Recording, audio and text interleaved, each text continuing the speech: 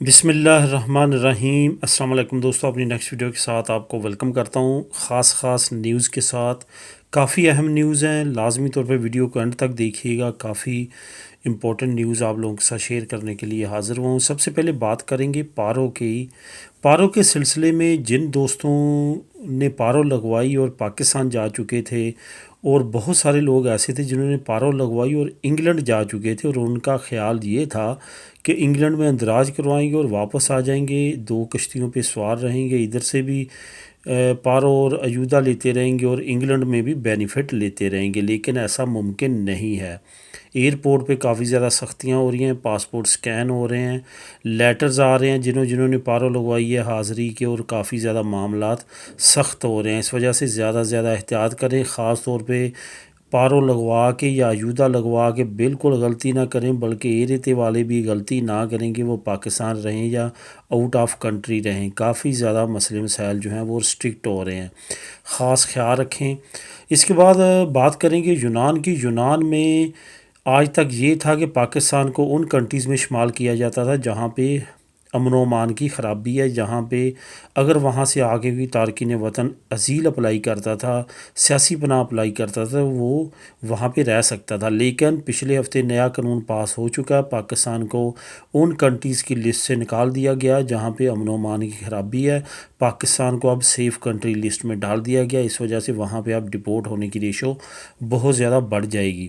جو لوگ ڈنکی لگانے کا سوچ رہے ہیں یا آ چکے ہیں یا وہاں پہ پھنسے ہوئے ہیں، ان کے لیے اب یہی ہے کہ ان کو ڈپورٹ کیا جا سکتا ہے، اور جو آنے کے لیے سوچ رہے ہیں ان کو سوچ سمجھ کے آنا چاہیے۔ اب پہلے جیسے حالات نہیں ہیں، کیونکہ پچھلے ہفتے یونان نے تقریباً 400 کے قریب جو ٹوٹل بنتی ہے، جس میں افغانی تھے، پاکستانی تھے اور سیرین تھے اور باقی کنٹریز کے، ان لوگوں کو ترکی کے حوالے کیا ہے ڈپورٹ کرنے کے بعد۔ اس وجہ سے آنے والے وقت میں یونان میں بھی restrictions specially for Pakistani nationals بڑھ رہی ہیں۔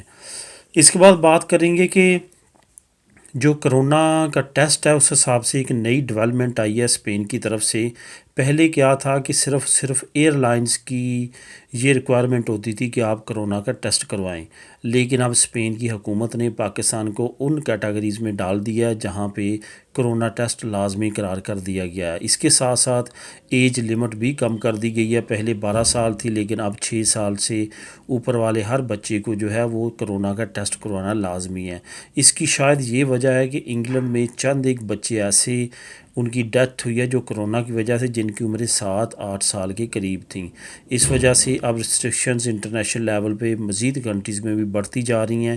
کرونا ٹیسٹ اب 6 سال سے اوپر تمام بچوں کا کیا جائے گا۔ اگر آپ نہیں کرواتے تو آپ کو بھاری جرمانہ جو ہے وہ ایئرپورٹ پہ کرنا پڑے گا۔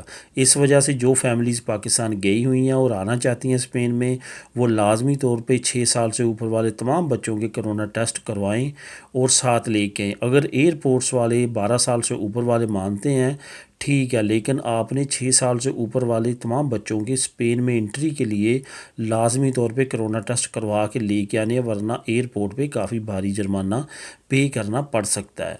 اس کے بعد بات کریں گے پاکستان سے ایک اور اچھی خبر کی، وہ یہ ہے کہ 1 مارچ سے جو ہے وہ اتوار کی چھٹی ختم ہونے جا رہی ہے، جمعے کی چھٹی سرکاری طور پہ دوبارہ شروع ہو رہی ہے۔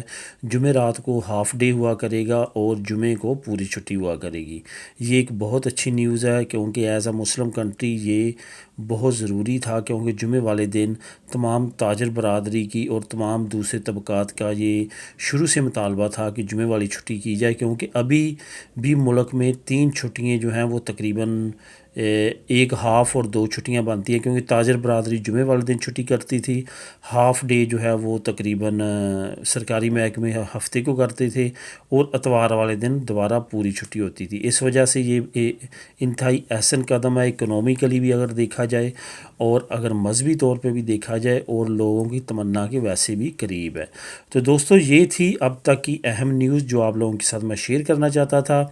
ان نیوز پہ عمل کیجئے گا تاکہ آپ نیکسٹ آنے والے ٹائم میں پریشانی سے بچ سکیں۔ ملیں گے اپنی نیکسٹ ویڈیو میں نئی اپڈیٹ کے ساتھ۔ اللہ حافظ۔